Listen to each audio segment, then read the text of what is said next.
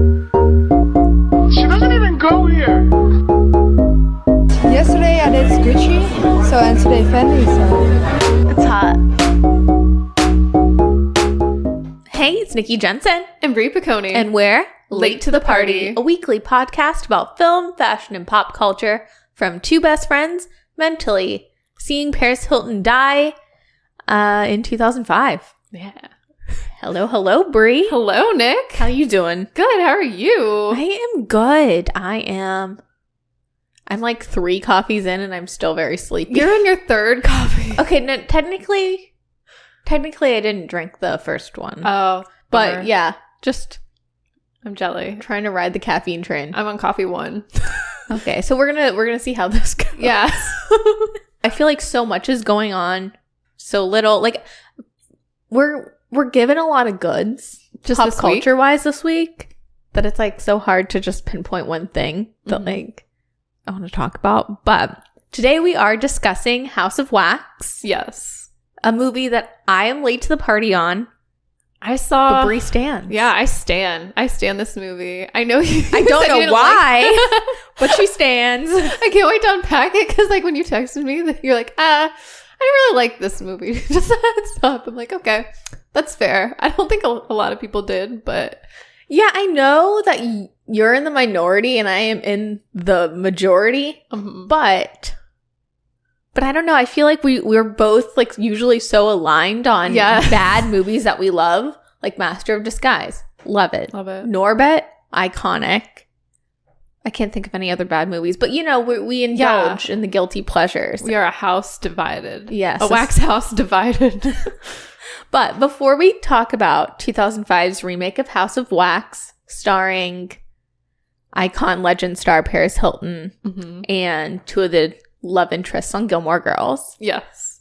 Can we talk about some things that I've watched this week? Yes. I know the influence, I know the impact, and I know the vibes. So I've been watching on Netflix the Beckham documentary. Ooh, how is it? Because it looks good. Surprisingly very, very good. I am very invested. I've always, like, I feel like for me, for one, I came out of the womb being like girl power and loving the Spice Girls. But 2, I feel like my version of the royal family, my royal family, is Posh and Bex. Totally. So it's fun to see them. I feel like on TikTok I've been inundated with like the highlight reel. So I was like, I have to see this. And I have a lot of respect for David Beckham now. Yeah, you didn't before. Well, I did, but I only know him and relate because I don't watch football. Or soccer, as we call it in America. I don't watch that, and I don't, I never did. So I only know him via Victoria Beckham. So gotcha. So it was cool to make him a person. Yeah. What did you think about the whole like him going on doing a photo shoot while Victoria while she was pregnant with Cruz Beckham, I believe. Yeah. One of the highlights of Beckham. Yeah. Truly. I love how she was she rings up David and is like, I'm going to have our child. And he's like, no, that won't work for me. I'm on a shoot with J-Lo and Beyonce. Yeah. But I love seeing Posh just have a personality. It is really cool. I love when she's like, what would Posh say? Like, Posh is pissed off. Yeah. No, she definitely, I love seeing her personality too, because I only really know her from the Spice Girls and not much else, but I feel like she has so much more going on. Like, she's pretty funny. Yeah, she's very funny. I feel like she's someone that, like Paris Hilton, kind of leans into her media persona a lot. And yeah, I like when she breaks that. I love, this made me really love those 2 as a couple, but also love David Beckham and Victoria Beckham even more. They're super cute. I love their dynamic. I love when she's talking about how her family was poor in the 80s or something. Well, working class. Oh, working class. And David pops through the door and is like, be honest. And she finally is like, okay, yes, in the 80s, my dad had a Rolls Royce. He's like, thank you, and shuts the door, which is iconic. It's really funny. Yeah. I feel like it's really rare that there's a Netflix documentary, one that I'm into, but 2, actually makes the subject look better or add anything to it. Because, like, no offense, but we get so many, like, docuseries. Yeah. That sometimes it doesn't, like, add anything to the convo. But I'm like, oh, this makes them, like, look really cool. Cool and fun. Their wedding photos. I loved seeing their wedding Major. photos. Like, I love how she just made him dress up in purple, like a purple suit to match her purple dress. And they're, like, on thrones. Yeah, and they have, like, it looks like a wedding cake made out of vegetables. Like, what was that about? It's hilarious. It's a vibe. It's wild. And I love them just reminiscing about that and being like, I don't know why we did that, but we did. But we did. I mean, that's iconic. It is. And I mean, even the way they handle the Rebecca Louse affair. Yeah. Which I never knew about David know. Beckham having an affair in 2003. But. Which did he? I'm confused. Like, there's no, like, confirm or denying. Oh, no, I think you think it, maybe he did? I'm thinking so. I'm just confused at her relation to Posh and Bex. Yeah. I know, like, she came out during the time as a close family friend, and then she came out with her, like, face and name attached to it. Mm-hmm. And I don't know if she was, like, their nanny or his assistant. Yeah. Or just someone he met in Spain. It's all very weird and nebulous to me. But I didn't, like, after watching Beckham, I didn't really put on my sleuthing hat, you know? I tried to sleuth a bit, but I don't know. I'm confused. I'm like, is it real? Did he? Where's the proof? I feel like nowadays there's, like, so much more proof. Like Dumois being, like, famous footballer. Yeah. But also, have you been keeping tabs with Victoria Beckham's, like, fashion line and that whole situation where Kim Kardashian was so late and made Anna Wintour have to leave mid-fashion show for Paris Fashion Week? That's a big deal. It is. That you don't piss off Anna Wintour. No. I don't know. I mean, that's another story where, like, I'm not quite sure, but whatever. It's either here nor there. Yeah. But I did hear Kim was late. Yeah. But then it's, like, so funny because, like, Twitter or X discourse is always, like, Kim Kardashian's always late. I heard, like, threads of, like, rants about Kim Kardashian always being late. And everyone in the comments is like, what? What's this narrative? Kim Kardashian's not, like, typically late for things. Yeah. And it's like, some people really stan Anna Wintour and some people really are, like, against her. Dang. And some people are like, Anna Wintour schedules herself like this to feel more important. And which maybe. I mean, I like the idea of, like, striking fear in others too. I do too. I know. I'm like, low-key, it's like she's really, it's like you kind of want to be her, but you're also afraid of her. I love that. I've seen Devil Wears Prada. Exactly. She's an inspiration. Yeah. Females Girl can boss. be toxic. Girl boss. Gaslight, gatekeep. Girl boss. She's the embodiment of all three of those things. Exactly. Everything I want to be. Yes. That's what the takeaway from Devil Wears Prada is, right? Yeah. That's what I took away. Yeah, just problematic. But we can have problematic faves. We can. Yeah. Like Miley Cyrus. Like Miley Cyrus. Yeah, was she our, like, last problematic fave? I mean, was she? I'm trying to think if anyone's even, you know, quote unquote problematic nowadays. I don't think so. Everyone is so afraid. But, well, first context, Bangerz, Miley Cyrus's album that kind of started the whole adult era for Miley Cyrus. Yeah, her metamorphosis. Yeah, her metamorphosis, if you will. Or for relating to Hillary Duff terms, her dignity. Her dignity. Which I feel like this is more like Christina Dirty. Dirty. Yeah, this is definitely like her dirty era, for sure. But yeah, it was, I think, the last time, like, young artists really were able to, like, experiment and not worry about. Yeah, I feel like everyone. Well, yeah, or, like, play it very safe. I feel like after this, besides Zendaya, we never got, like, a Disney star again. And you can argue Sabrina Carpenter, but she's not a household name. I know she has a fan base and it's backed by Swifties, but I don't know. Miss me. Team Olivia Rodrigo. Yeah. For sure. Oh, Olivia Rodrigo, Disney. But it's a different trajectory. Yeah, definitely. It's like we don't know them because of Disney. No, like some people might, but I also don't think Olivia Rodrigo is probably as big as like Hannah Montana. Like Hannah Montana at the time, like when Miley Cyrus was playing that character, she was a household name, and it was like a culture phenomenon for whatever reason. This is like, because we're going to talk about House of Wax. Yeah. And we're going to talk about Paris Hilton. Yes. Icon, legend, star. I love Paris Hilton in certain ways. In other ways, I'm like, I think it was a little before our time in a way. Like we couldn't, like we're like raised by it, but we couldn't really absorb it. But Miley Cyrus Bangerz era, I know where I was. I know. Yes. I remember where I was. Yeah. Like being around Miley Cyrus's age, like a little bit younger. I feel like too, it was just bigger. Like this was our, I don't know, what can you equate? This was our, like, Britney Spears, Gimme More performance or something. Where it was like, leave Miley alone. No. Yeah. I don't know. So, anyways, Miley Cyrus, Bangerz, turns 10. Yeah. There's a lot of discourse online right now, but I have thoughts on it because I revisited the album. Mm-hmm.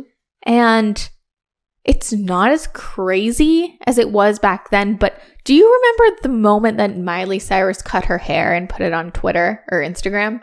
I don't know if I remember that. I do remember her cutting her hair though, and it was a big deal. Like just a change in her image, which I loved. I loved when she cut her hair. That was a cultural reset. I remember where I was. I remember that day when she uploaded that photo of her cutting her hair. Really? What did you think at the time? Were you like, whoa, queen? Or were you like, oh my goodness, Hannah Montana and her long locks? And clutch my pearls. Yeah. I definitely was like, I understood what she was doing. So I was like, oh, that's cool. I'm glad she's doing something different. Because to be honest, I loved Hannah Montana. And I loved 7 Things. I loved that album with 7 Things, and I was very into it and very into her sliding down the ice cream pole like I lived. But then Can't Be Tamer, I just was doing my own thing. Right, you were. Yeah. So, and I was like, oh, Miley Cyrus is dating that like boring Liam Hemsworth guy. Yeah. There's like a path with me, like with Taylor Swift and Joe Alwyn. Like I don't like, these boys are boring, so I check out. I was like, Miley Cyrus is like really absorbing that fake tan with those like weird balayage. I was like, pass. Yeah. But the cultural reset of her dyeing her hair blonde and cutting it short, I was back in. Same. Yeah. I was like, I'm invested in this, even though it is not a cute haircut. I don't like this hair. I like it. I like how she wears it. Like, I don't know. Miley Cyrus in this era to me is still very cringe. Yeah, she, looking back, I think she is a little more cringe than I thought at the time. I was all about this because I'm with you. Like when this album dropped, I remember being really into it.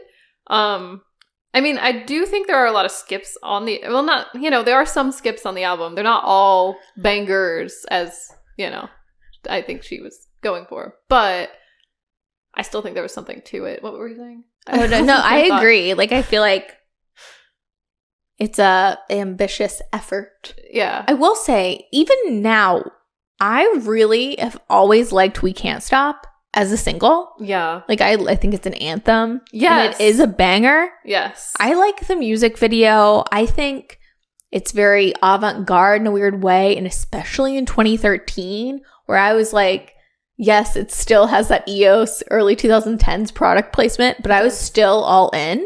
Mm-hmm. I don't know. I thought it was really cool. And she hadn't towed the line yet. Like, I was like, oh, yeah, there's the, like the black girls twerking. Mm-hmm. But I didn't feel like it was like a prop then. It was just like, it was easy at the time for me to be like, I know what she's trying to do. Yeah. Like, she's trying to stir up this controversy. Yeah. She's trying to get like people all riled up because she's twerking. Yeah. Like, it wasn't. Good girl image is gone. Yeah. It wasn't until that VMAs performance. Yeah. Which is the last time I actually watched the VMAs. You know what? Same. I don't think I've watched clips, but I haven't fully sat down to watch a VMAs performance. No, I think it was just that turning point too. I felt like have you seen like the reactions like of everyone in the audience? Just like One Direction. They're like terrified. I mean, it is the most cringy performance ever. And then I was just like, Miley. That's when I had to like check out a little bit. Yeah. I had to, and I know she's talked about Wrecking Ball because that came out the day of the VMAs. Right. What are your thoughts on the whole Wrecking Ball music video? Because it is her signature song now. But the music video at the time, I think she hoped to be like a Nothing Compares to You. Yes. And Sinead O'Connor, rest in peace legend, was, I think, astutely like, this is not doing what you think it's doing. Yeah. But I don't know. What are your thoughts on Wrecking Ball? Well, I think at the time it came out, I remember being really into it and thinking, wow, this music video is amazing. Like, it's really saying something, and I'm like, oh, wow, she's like naked because she's like, it's like a metaphor for like being vulnerable or something. But then looking back at it, I'm like, it is kind of male gazy. And the whole Terry Richardson of it all is like, ooh. So like, but at the time I wasn't thinking about that. I didn't know that much about what was going on with Terry Richardson. So I was like out of the loop on that. But I just thought it was kind of cool and artsy and a little redundant with her on the Wrecking Ball. I know it struck up a lot of controversy. I had a relative call me and be like, oh my God, did you see what Miley Cyrus did? Like, I don't know. It was wild. Yeah, it didn't get me like shook up. Yeah. I think after the VMAs, I was a little over Miley. I was like, okay, girl.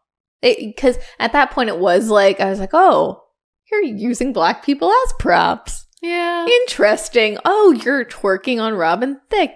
Yeah. And you kind of look like a chicken cutlet. Like, yeah, it was a little much. That part really, yeah. I think with like the Bangerz album cycle though, the summer of 2013 was a crazy time in my life. We just entered college. Mm-hmm. I think Miley Cyrus gave a lot of white girls the freedom to twerk. Yeah, she did. And so I spent a summer of, white girls randomly at parties being like, watch me twerk. Yeah, they would like all of a sudden. Actually, I think I am even guilty of I'm like, you know what? Maybe I'll try this twerking thing. I'll get into it. So I think like by the fall of 2013, I was twerked out. I was Miley Cyrus out because it was so much of a, she was trying to rile it up, but she just lost the narrative, I think. I also feel like this album, if we just look at it like musically and lyrically, it has a lot going on. Like there's country elements in some of the songs, and then there's hip hop elements, there's electronic music, like I don't know, and a lot of it's like love songs sort of, but it's also bangers, and it's like I'm gonna do my thing, and you're like, which is a bop. I remember listening to that, like getting ready to go out, like in like being like, oh yeah, I'm about to do my thing, I'm gonna do my makeup, like just I don't know if we were gonna meet up and go somewhere, I'd listen to do my thing. Yeah, now listening to it, it's like you listen to halfway through and then like it's like, oh, this is a lot. And I think like it's also interesting in hindsight listening to the album now, but also listening to her in 2013 talk about it. Mm-hmm. I don't know if you've seen that clip that's kind of circulating, her being like, I want with each song everyone to be thrown off by who I'm collaborating with or how it sounds. Oh, maybe she's trying too hard then to be like, you don't know what to expect from me because I'm changing things up. So I'm really going to keep you on your toes. For sure. Which around the same time Art Pop, Lady Gaga comes out. Same problem, I think. Yeah, I agree. I think it's just a lot. Yeah, for one album, it could be a little more, what's the word? Like, cohesive. Yeah, cohesive. But I also think just doing things for the sake of shock value, I think like where you could give Gaga a lot of like credit, it did have a meaning behind it. I think Miley Cyrus going out on a tongue is like crazy and fun. Yeah. But she doesn't have that same, she was only 20, but she doesn't have that same artistic perspective. I have something to say. Okay. And this is wild. I don't know if you came across this in your research on Bangerz, but apparently when she was doing the tour, she funded it herself, I guess, because no one believed in it. But she's like, I gotta do this for me. And so she really believed in it for, whatever reason. And there's like... For whatever reason. I love her, but no, you know what I mean? Like, I don't know. It's I wild. can see why people might be a little hesitant, but I love that she was breaking free and trying things. You have to become another person. To be your own person. Yeah. But in the tour, like I think the last leg of the tour or something, she wanted to do something big and she came out on the tongue or whatever. She also flies in like a hot dog. But you know what it is? What? It is a reference to The Truman Show. How? I don't know. I have a clip of her talking about it. Yeah, like how? The Truman Show is one of my favorite films, but I don't... Yeah, I thought that too. I think it's maybe just because she goes up into the clouds, but she talks about it, and I thought it was just an interesting moment. Can I just say, Miley Cyrus is a queen, and I respect her so much, and I love her so much. Yes. This era, especially after, like, post-VMAs, post-Wrecking Ball, she's so annoying. Yeah, just in general. Like, I even, like, remember that cover of Why Do You Only Call Me When You're High? The Arctic Monkeys cover? Yeah. Where she slays vocally, but watching that performance... Is she wearing, like, one of those, like, cow suit things or, like... A cowboy outfit, I think, with all the denim, but she just... It's annoying. I think her haircut's annoying. You just don't like her haircut? No, it's just she's trying too hard. I get it. And Sinead O'Connor was totally right in her letter to Miley Cyrus. Wait, she actually did write a letter to her? Mm-hmm. And it really pisses me off that Miley Cyrus, even now when she did the, like, used to be young promo, she talks about Sinead O'Connor's letter and basically just paints her out to be like a mental case. What did she say? I think Sinead O'Connor's letter is valid. Yeah. I'll look that up, but... Okay. Oh, yeah. Well, this is just... I mean, I might even cut this out. It's just for you. I also understand... Like, when I was 20, I was also so cringy and thought that I was like, so self-important and, like... Yeah. I think everyone goes through that phase, so I feel like we gotta give her some grace, but yeah, I feel like it is cringy, because it does make you think, like, oh man, what was I doing? Like, at least I wasn't twerking on Robin Thicke, but still, what... Yeah, she does a lot of A to C, where I feel like my craziness at least had a little bit of A to B. Yeah. But she was going for it. She was. Okay, here it is. And I wanted to end it in a Truman Show reference. So I flew out on a giant hot dog, obviously, and I left through all the clouds and the exit sign the way that Jim Carrey does, because I felt like the Truman Show was really a reflection of my life. I didn't make a dime on this tour because I wanted the tour to be excellent, so I paid for it all to make it exactly what I thought I and the fans deserve. Okay, that's on that. Right on. Nikki, I don't know, what do you think? Because I know you're a huge fan of the Truman Show. Was that successful? That's another A to C, I feel like you were saying. Yeah. Like, that is very hard to pick out. But I get, like... And I get having your own vision. I also like the idea of... I liked the, like, clip of her with the big Miley face. Mm-hmm. And her the eyes are, like, moving and, like, rolling back into her head, and then the tongue comes out. That's cool. It is. The hot dog into the sky. She could have made a Truman Show reference that was that made more Take the stairs, sense. Maybe, or something. Yeah, like, it's funny that she was, like, she says it now with, like, such a straight face. Yeah. But, like, it's so ridiculous that she's on a hot dog. But not really in a performance art way, but she's, like, dead serious. Even 10 years on, she's like, this is a reference to the Truman Show. Yeah. Art. Don't you remember when Jim Carrey rode that hot dog onto the sky? Like, No. You're right. She says it like we should all know. Like, I don't know. It's really funny. I don't know. It took me by surprise, because I was like, what? Truman Show reference? Because I get it, though. All eyes were on her, like, growing. Like, it makes sense, but, like, it's very A to C. Yeah, I feel like, didn't Ariana Grande make a Truman Show reference in one of her music videos that I think was executed a little better? Yeah. Yeah, I don't know. I think Miley Cyrus, even at that point, has all the Hannah Montana money. She probably didn't have anyone saying no to her, for one. Yeah. So, you know, and I really respect her being like, I'm not going to make a dime, but I want to do this my way. I'm going to do my thing. She did her thing. Yep. Yeah. Oh, okay. So Sinead O'Connor, and cut this out. You know, it's a really long letter. Gotcha. But on October 3rd, 2013, a Mean Girls Day. Wow. I'm sure Sinead O'Connor. She put a mean girl, like, what? Not mean. No, not It really. wasn't. She's not a mean girl. She's not. Like, rest in peace. She said, Dear Miley, I wasn't going to write this letter, but today I've been dodging phone calls from various newspapers who wished me to remark upon you having said in Rolling Stone your Wrecking Ball video was designed to be similar to the one for Nothing Compares. So this is what I need to say, and it is said in the spirit of motherliness and with love. I am extremely concerned for you that those around you have led you to believe or encouraged you in your own belief that it is anyway cool to be naked and licking sledgehammers in your videos. Yeah. It is in fact the case that you will obscure your talent by allowing yourself to be pimped. This is a dangerous world. And it goes on and on. Damn.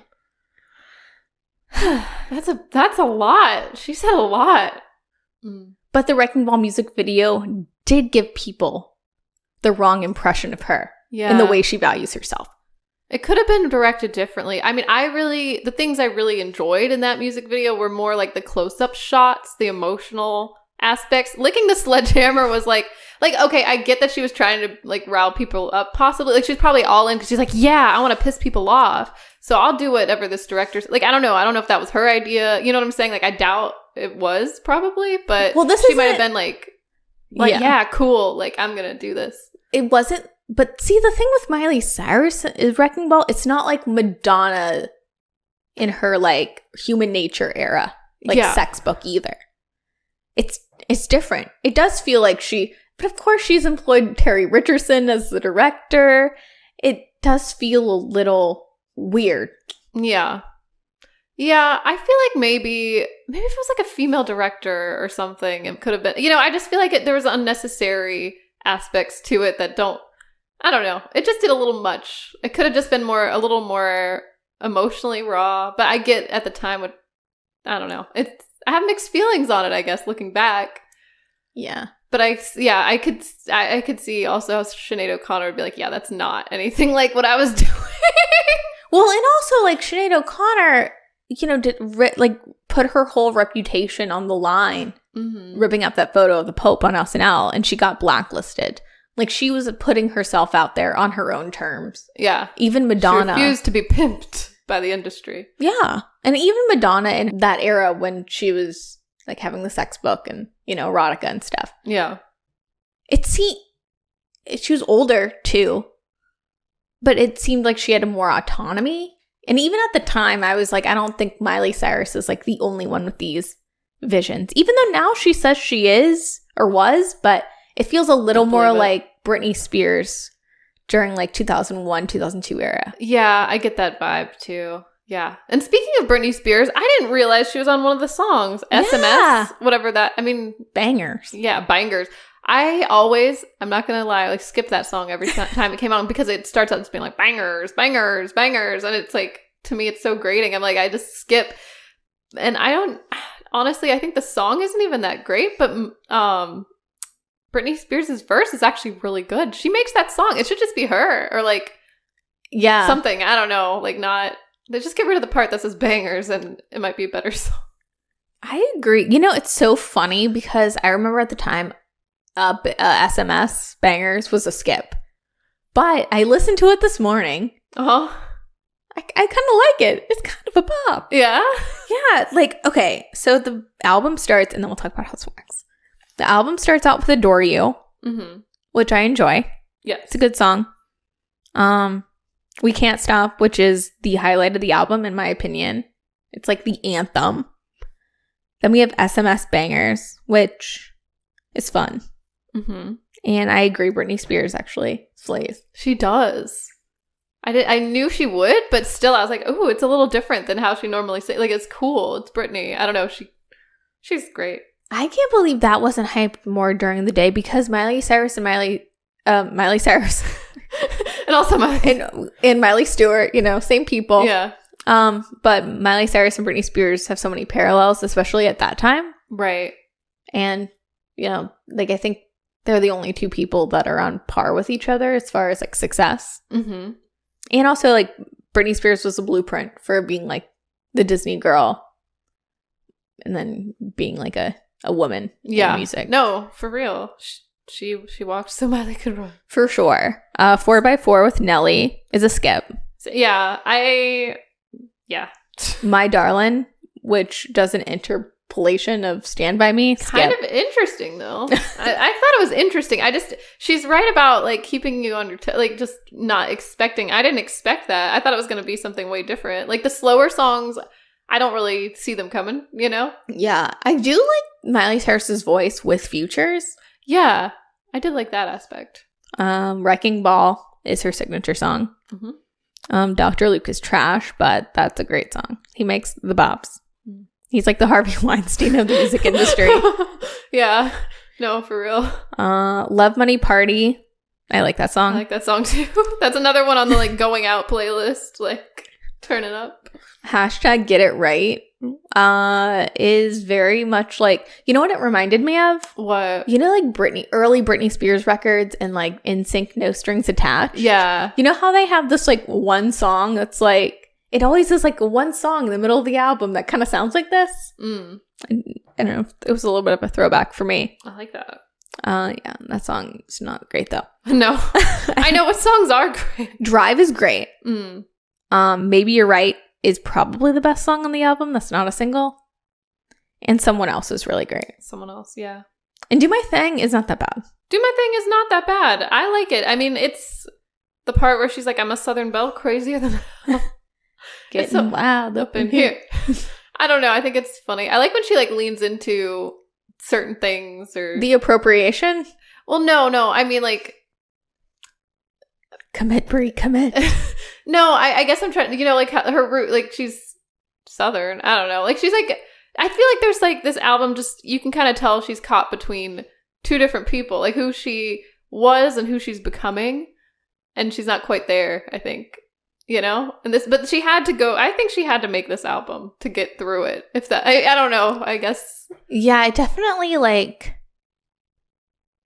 pushed her over the edge in a way where people took like they didn't view her as Hannah Montana anymore. So in that way, it's successful. Yeah, that way.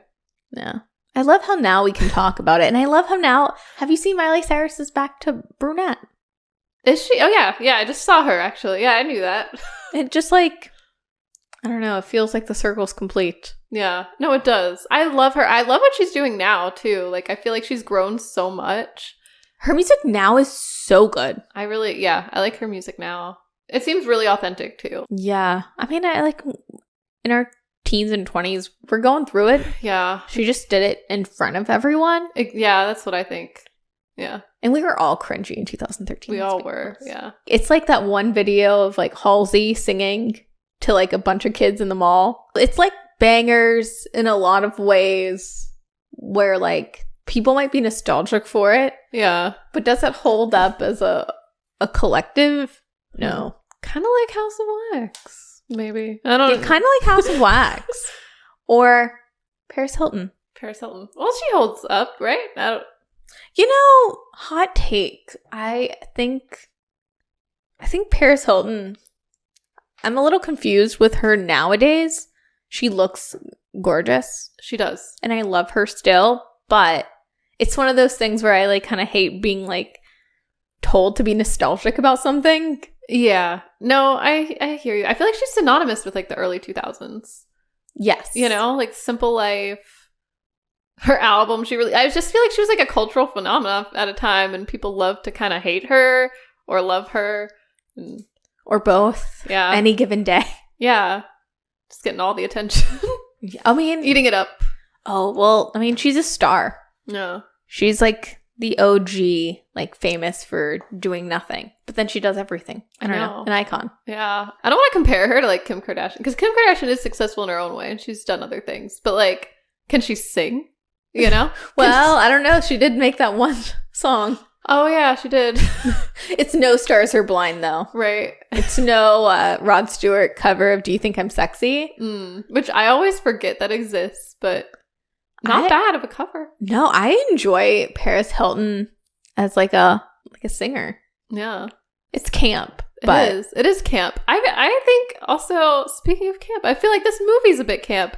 And I don't know I don't know how this is going to go because usually you take the lead. So I'm like, know, ooh, Brie, take the lead. Taking the lead. I have way more thoughts about Miley Cyrus Bangerz, but yeah, so here we are. Today we were talking about House of Wax. And Nikki, thank you for watching this movie. thank you for having me, Brie. Yeah. I feel like this is an interview now, like NPR style, but about House of Wax. It is, yeah. Oh, man. So this movie, it stars Alicia Cuthbert. I don't know how you say her name. I'm sorry. Chad Michael Murray, Brian Van Holt in a dual role, Paris Hilton, Jared Padalecki, John Abrams, and Robert Richard.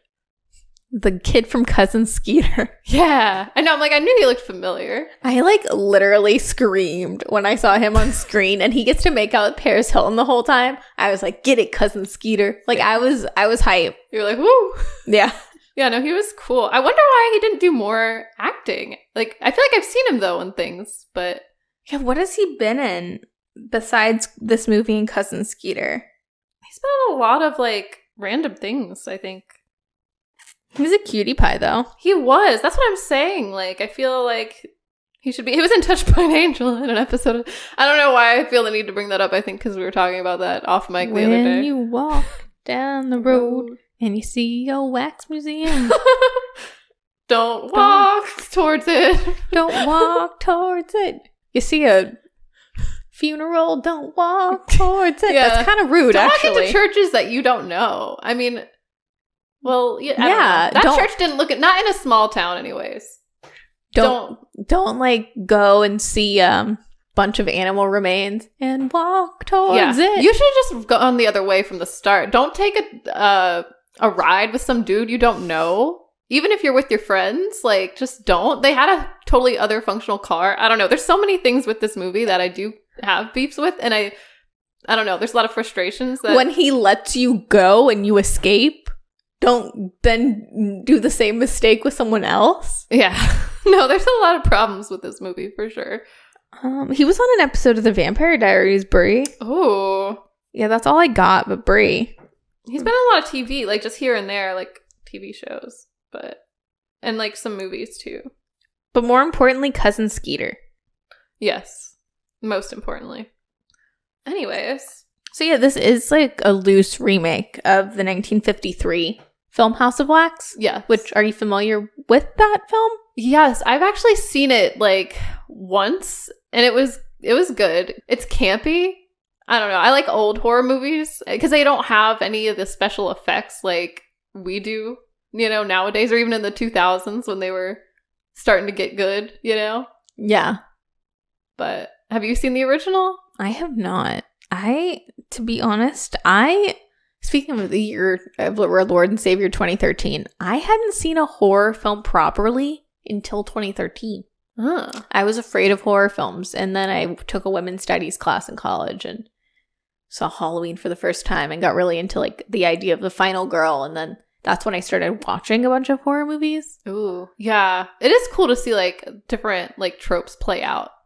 Okay, but like you were saying, it's a loose remake of the 1953 House of Wax, which was a remake of another like 30s film called Mystery of the Wax Museum, and it was based on a story, The Waxworks by Charles S. Belden.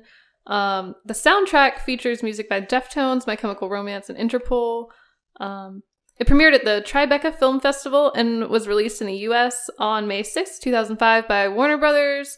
It grossed $70.1 million worldwide, received mixed to negative reviews from critics.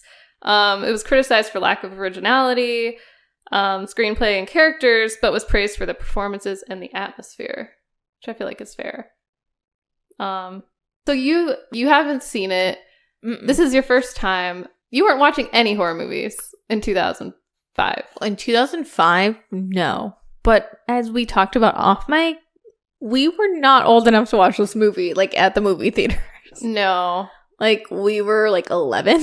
So, I remember hearing about House of Wax because there was a whole campaign, See Paris Die.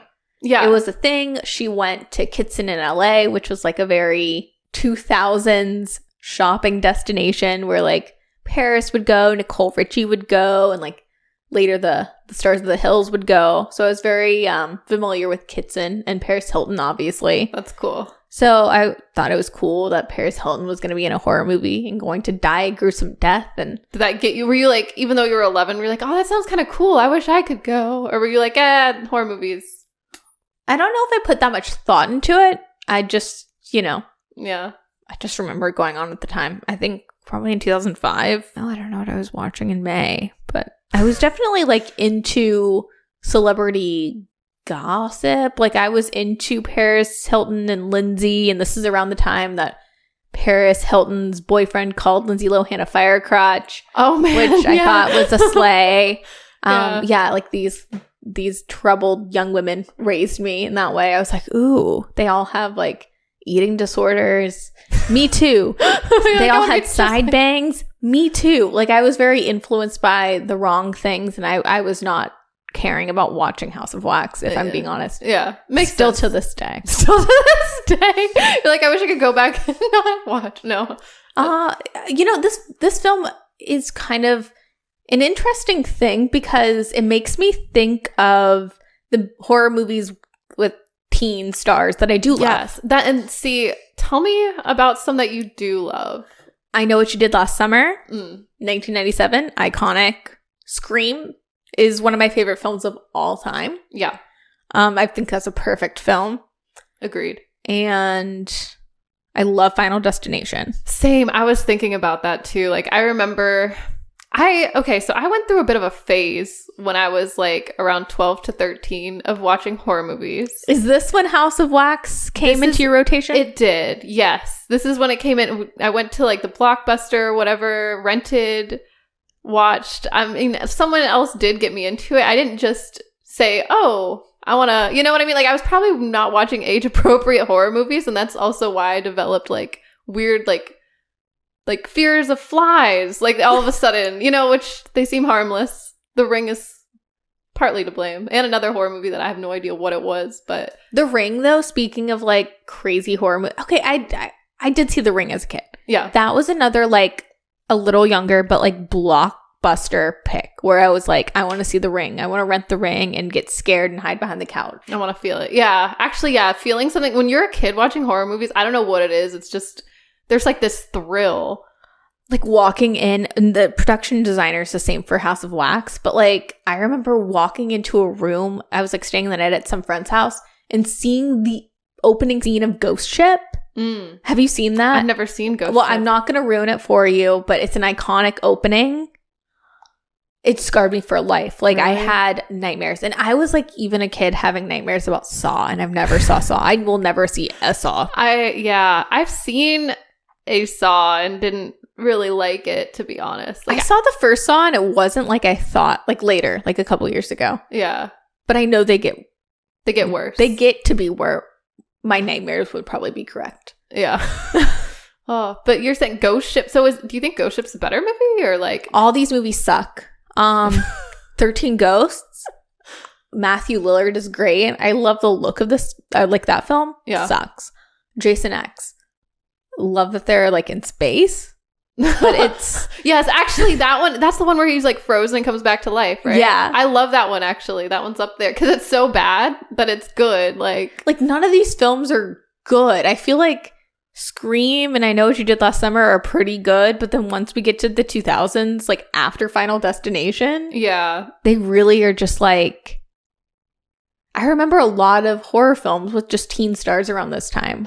yeah, I feel like it was like a moment. I feel like House of Wax 2 was like a moment, probably because Paris Hilton. I mean, there's also Chad Michael Murray and Jared Padalecki, which I think is before he was in Supernatural, but he was on after the Gilmore Girls. Yes, I don't know. I just feel like it's like an interesting point in some of these celebs' lives, It's a cute snapshot for sure. And I have a lot to say in that respect. As far as the Yeah. movie itself, I have like Tomb Raider's disease to call back to a earlier episode of our podcast. Yeah.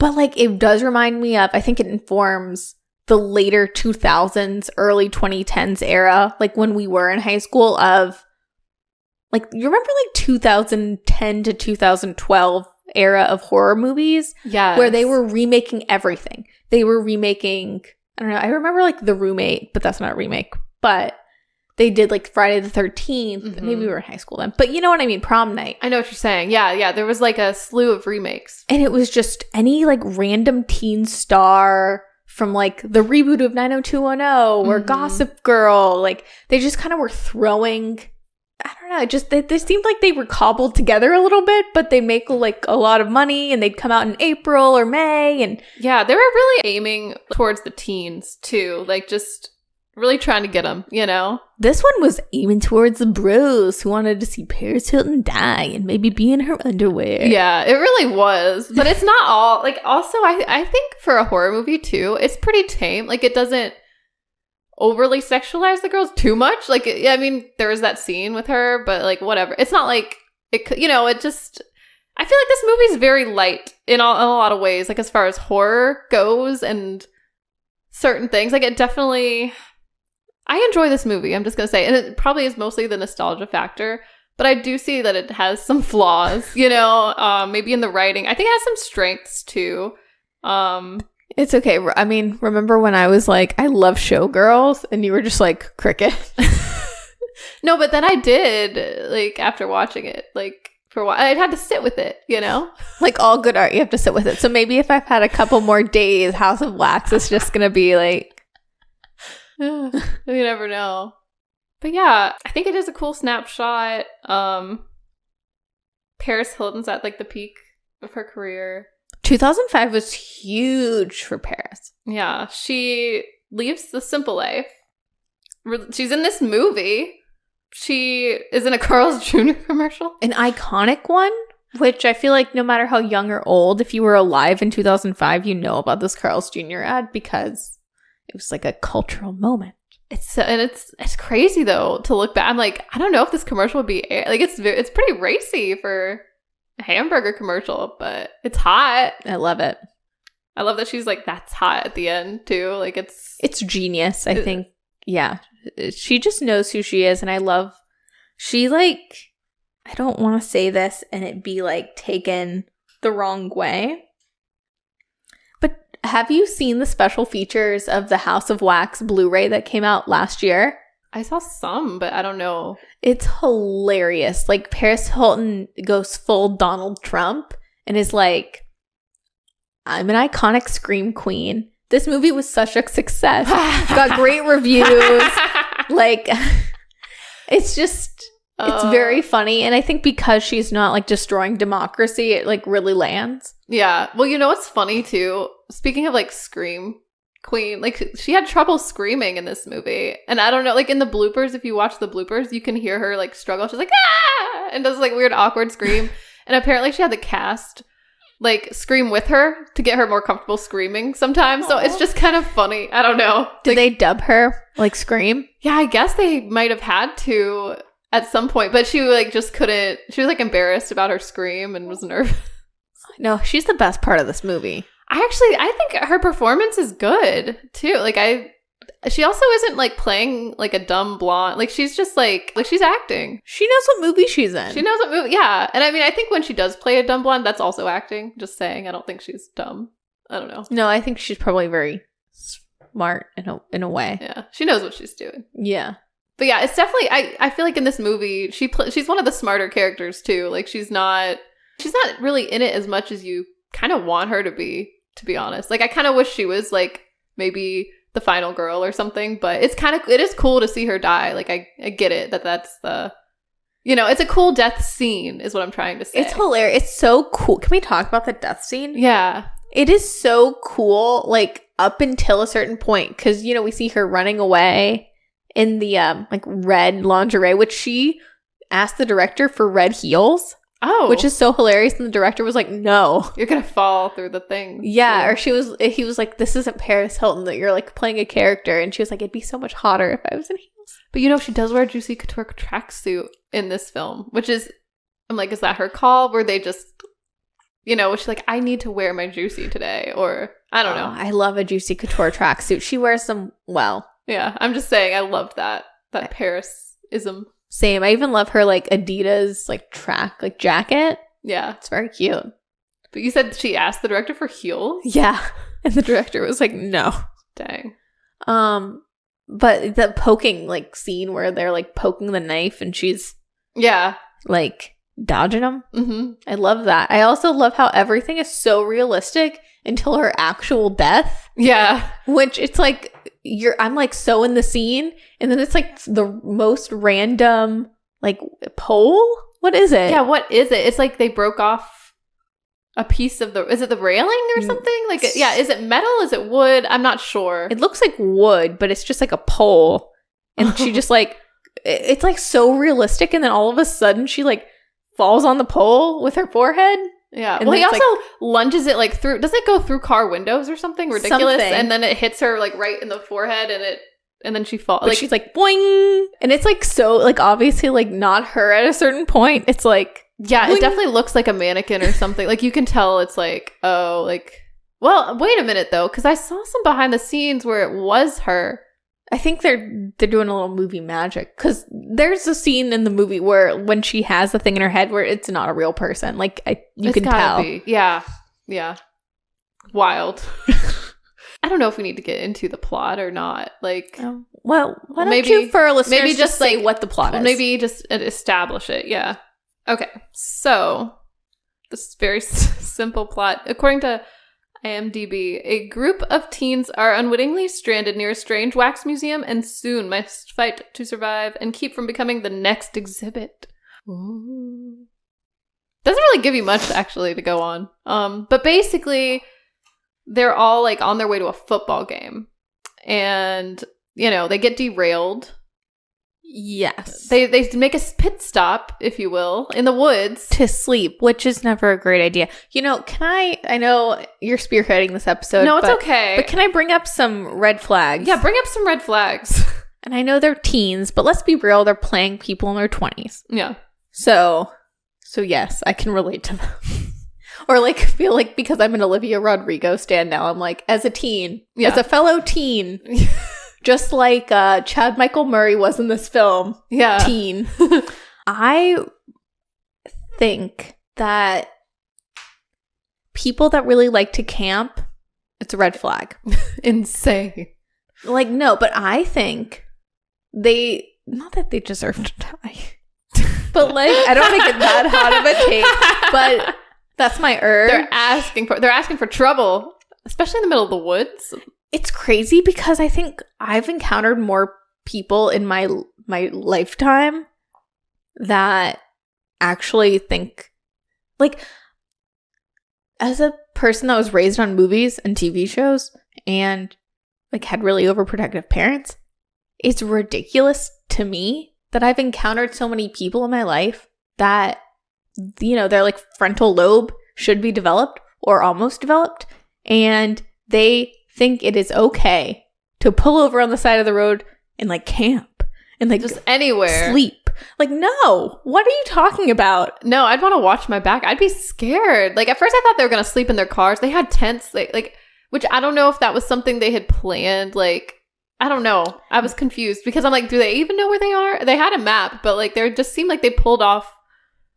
Don't pull improv. Off. They were, you know, they were gonna. I think there was a detour or something, but they still, you go to the gas station, buy a Red Bull, and keep it moving. Yeah, I don't like the idea of stopping like that. Not on in the road middle trips. of the night. Like stay at a hotel or something. Something. Like, even then, you could get murdered. Yeah. But no, I say just keep driving. Yeah, get your energy drink and keep it pushing. Yeah. Don't stop. Yeah, they make it seem like camping's such a fun idea. Who is doing this? Who is out there? Like, people. I know these people and I judge these people. They need to see this movie. It's a warning. Yeah, no, it kind of, you know what this scene reminds me of?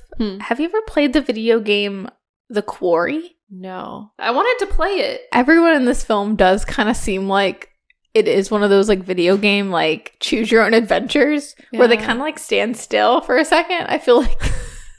Yeah, that'd be fun. Honestly, House of Wax, make a video game. I think it'd be fun. Yeah.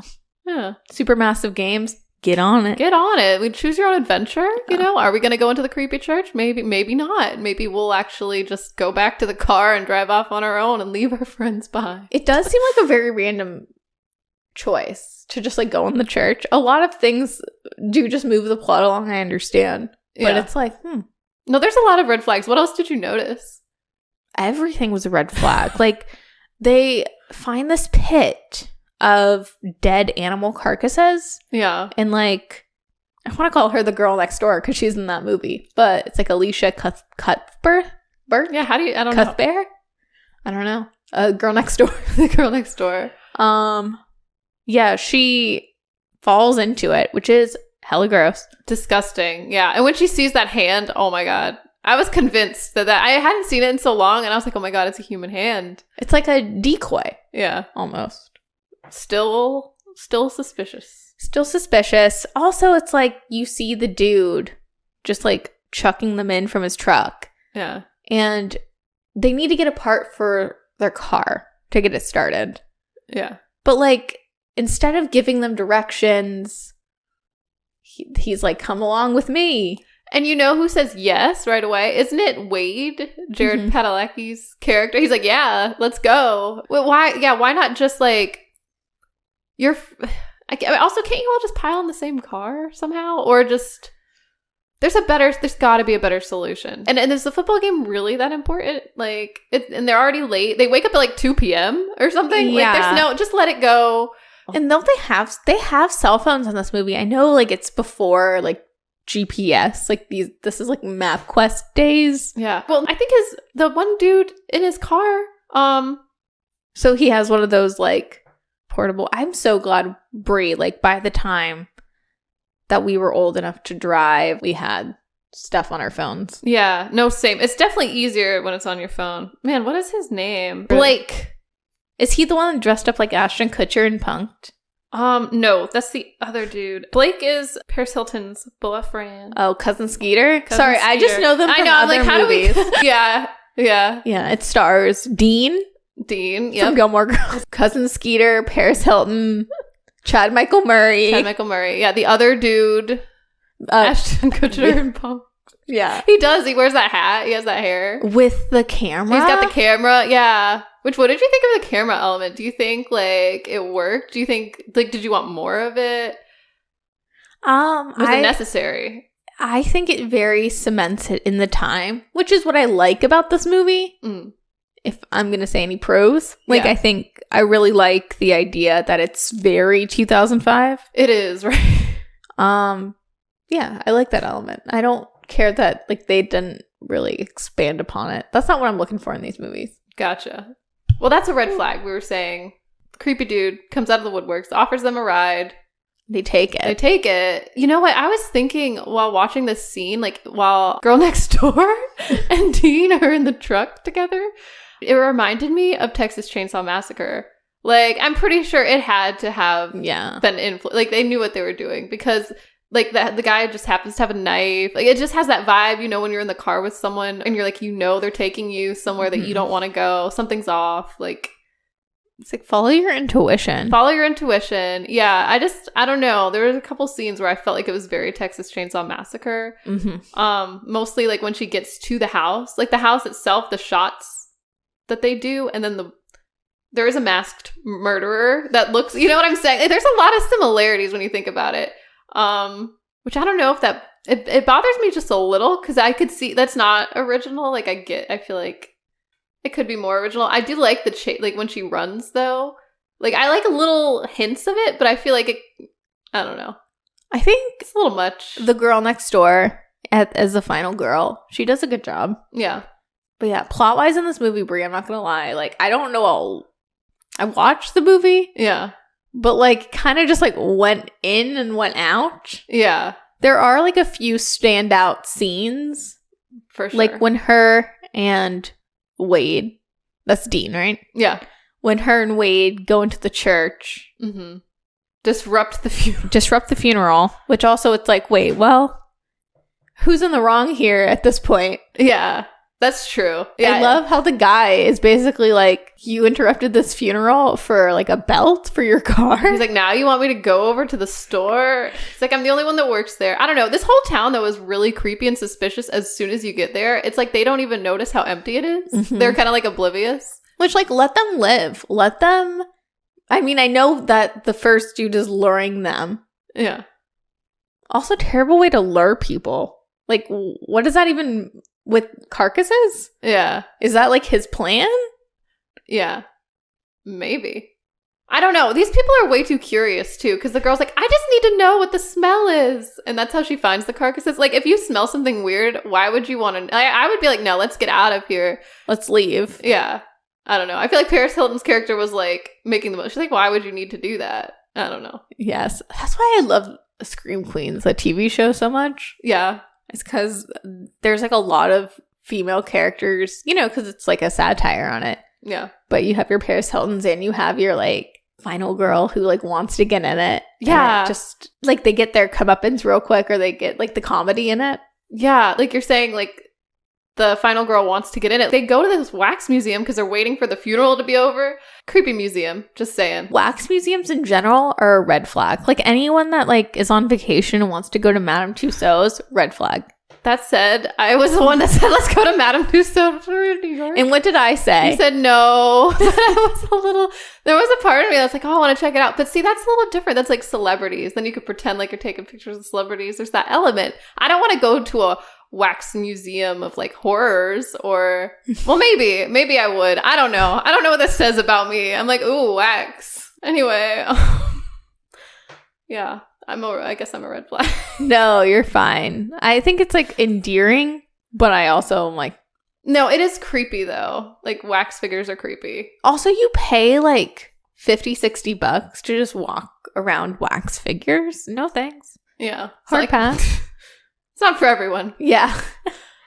It's kind of like the Ripley's, believe it or not. It's not my cup of tea, but I kind of like it a little bit. I don't know. Oh, but because you're just weird and crazy and quirky. I am. Yeah. You're just a manic pixie dream girl. Pixie dream girl. I'm really into wax figures. Ripley's, believe it or not.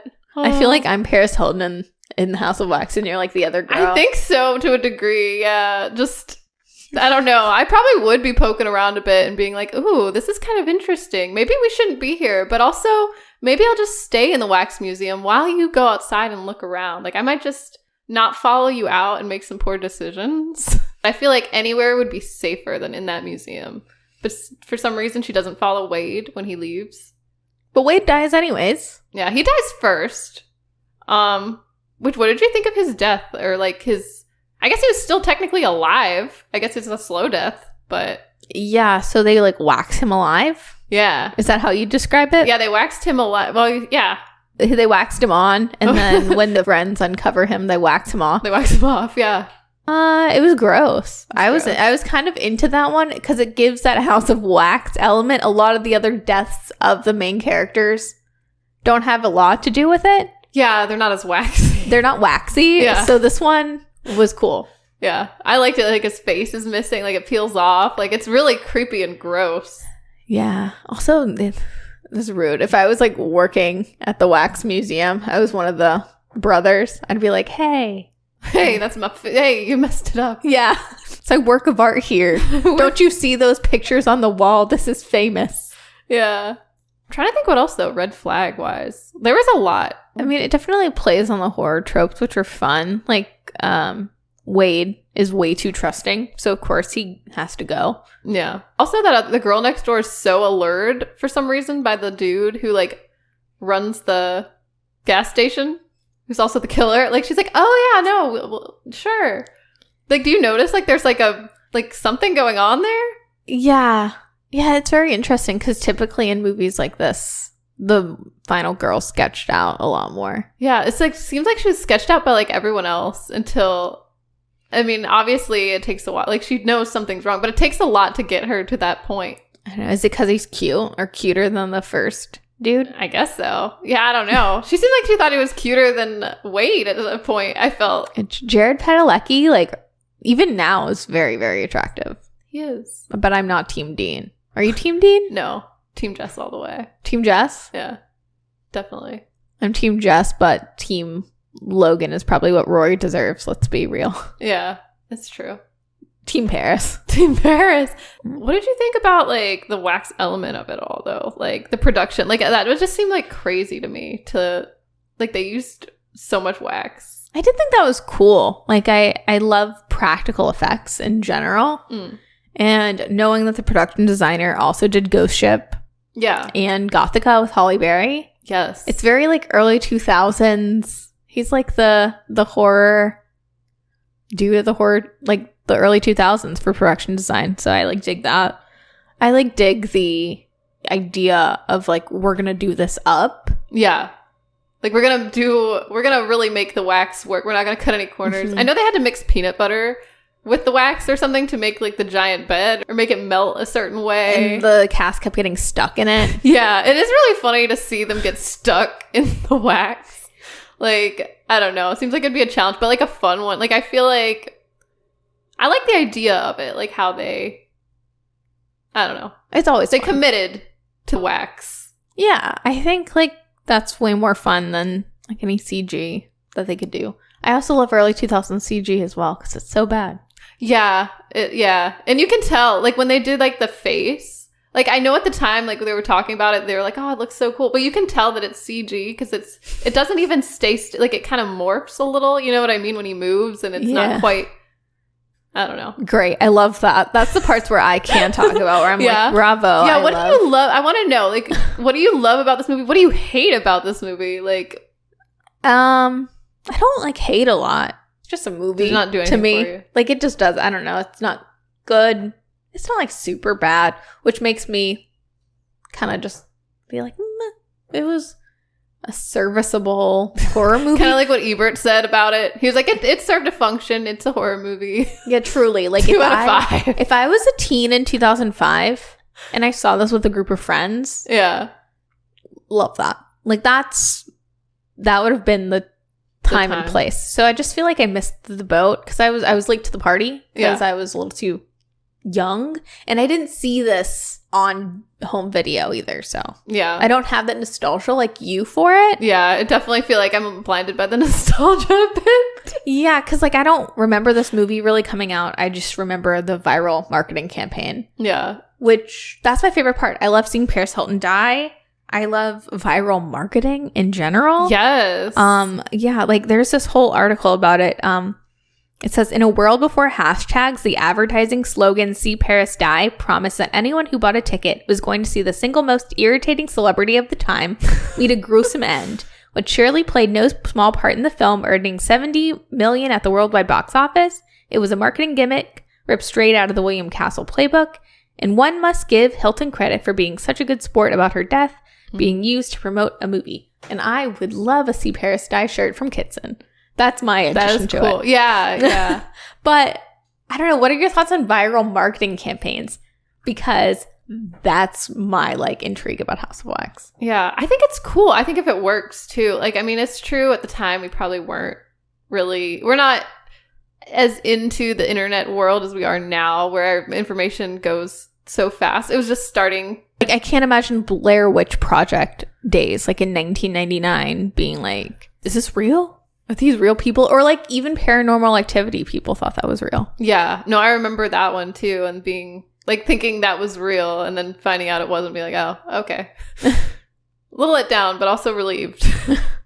I'm always fascinated by that. I like that gimmick. Yeah, it is fascinating. And the marketing too. I mean, obviously it worked. I think it's crazy that people wanted to see Paris die though, because they found her irritating. Like, that's kind of messed up, I think. But I love that she like just leaned into it. And yeah, like she knows what kind of celebrity she is, and that's what I like about it. That's fascinating to me. Yeah. Just being so kind of like ahead of her time in a way. Like before Kim Kardashian, Paris Hilton was the blueprint. Like she had the reality show with A Simple Life, and she was like a tabloid fixture, but also like just like a party girl, it girl. And she made like everything she wore, like everything she touched, every club she went to became like the it thing of the moment. And whoever she hung out with, whoever was in her orbit, also became a celebrity. yeah. Just like Is she an Kim it girl? Kardashian. Do we need to add her to our it girl series? But she is an it girl. Yeah. She's an heiress. Yeah. She's the definition of an it girl, I think. And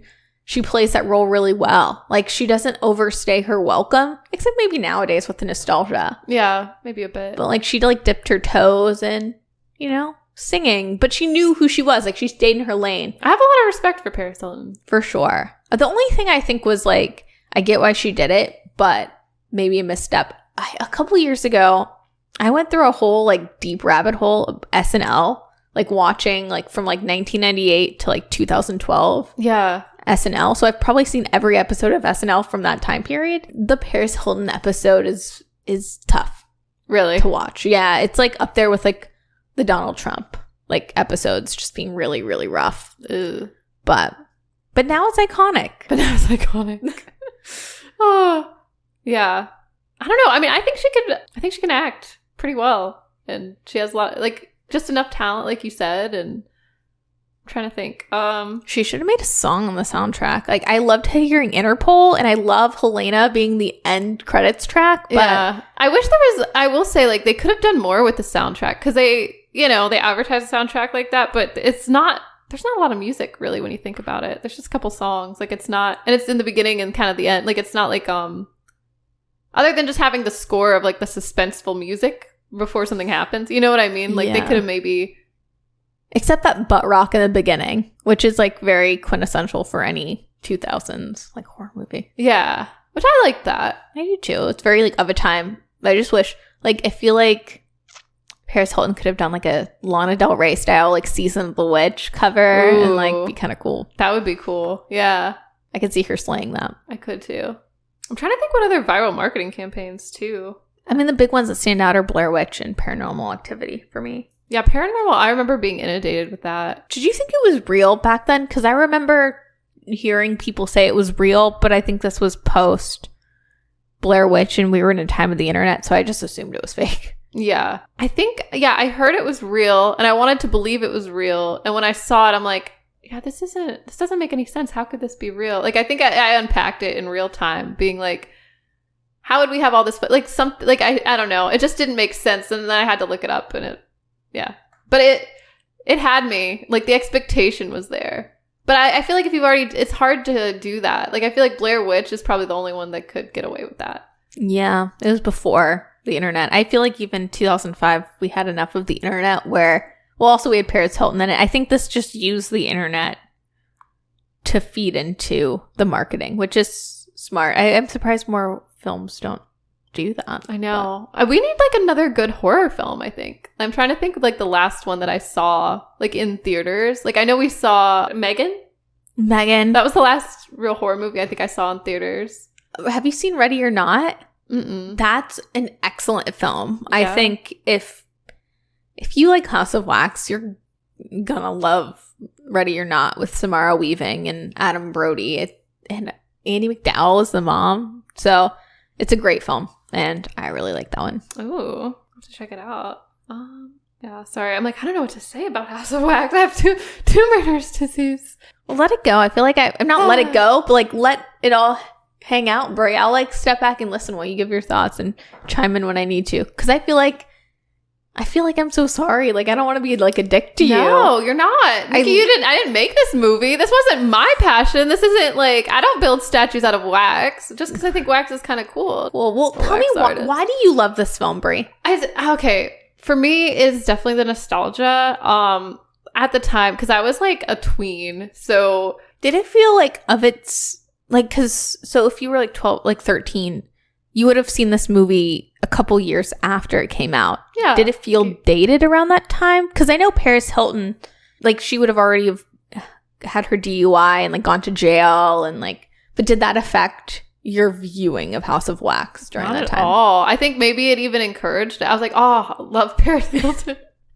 I remember thinking it was cool that she was in it. I don't know. I just really enjoyed it. I don't know what it is. I think because maybe it's like kind of gory, but it's not like Saw. It's like somewhere in the middle of the road.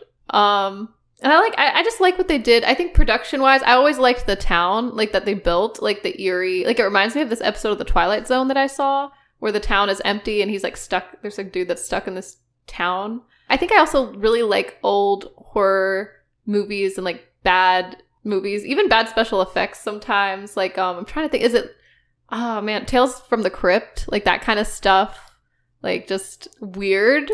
So it just spoke to me, I guess. Yeah. Have you seen Jeepers Creepers with Justin Long? I don't think I've actually seen that one. I've heard of it, though. That's another movie where I think if you like this, you'd like that one. Yeah. I think I've just seen so many movies like this around the time. Like, if I saw this when I was just getting into horror films or...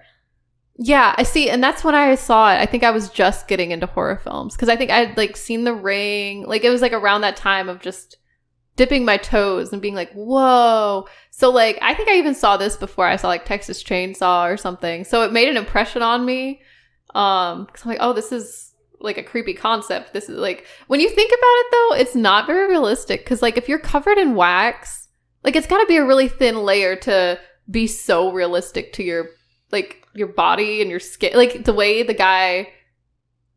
Well, hot wax will burn I guess your skin. Maybe it just fuses into your skin. I don't know. I was just thinking about it a lot. Because also eyeballs. Like, how long do eyeballs last? I don't know. I don't know the logistics of the house. I got of to wax. really thinking of the logistics. I don't know what that says about me. No, But, I'm into it. I think you really have to suspend disbelief with this movie. I feel, you know, it's pretty wackadoodle, but I don't know. It's nostalgic. I like it. It's probably not the best horror movie, but I enjoy it.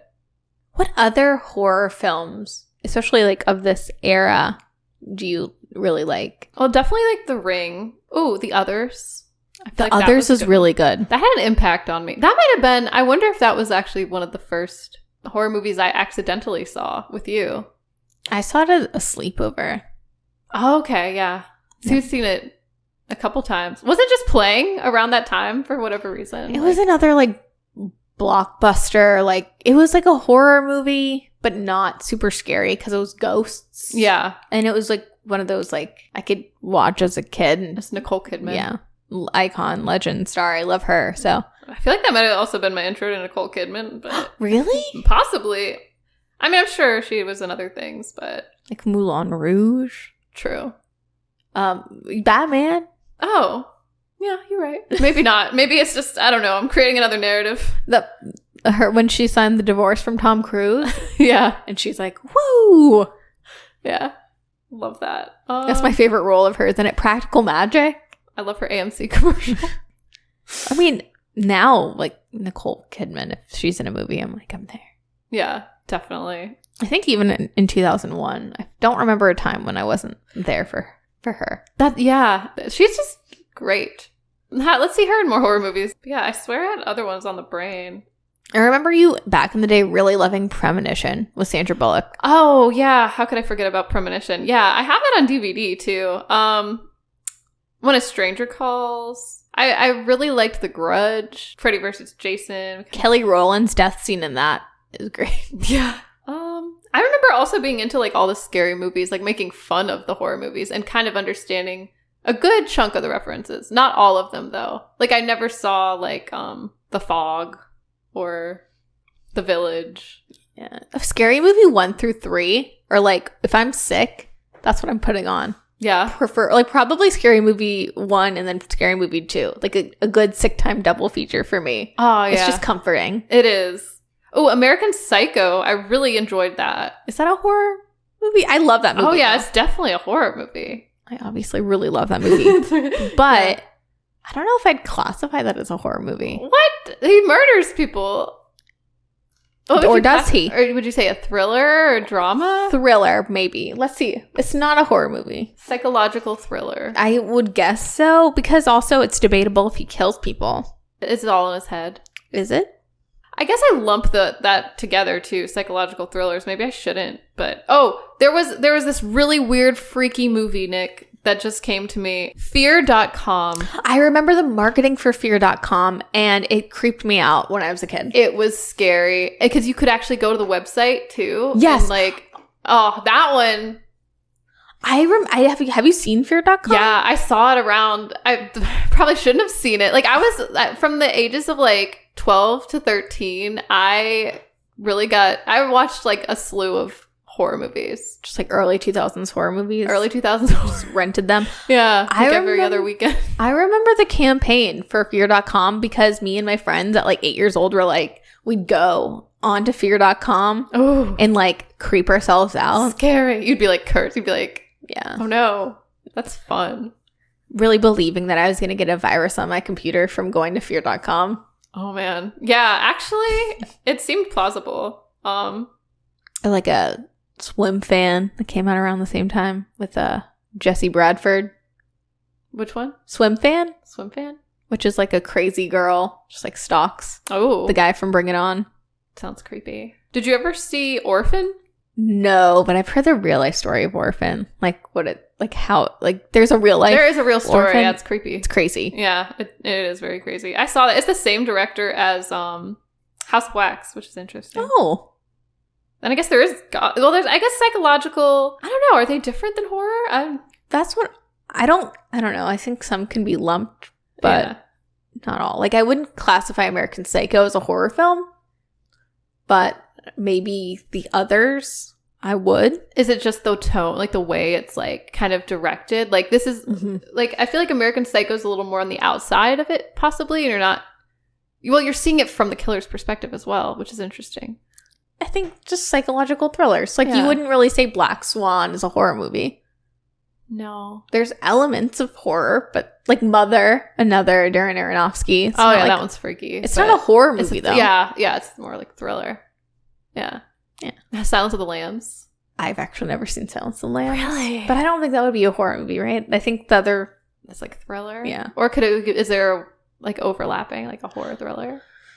There has to be overlap because like Jordan Peele's films aren't like horror in the most traditional sense, even though they have horror elements and they're inspired by horror movies. Yeah. Well, then you get into like elevated horror. Elevated. It's yeah. different. So Yeah.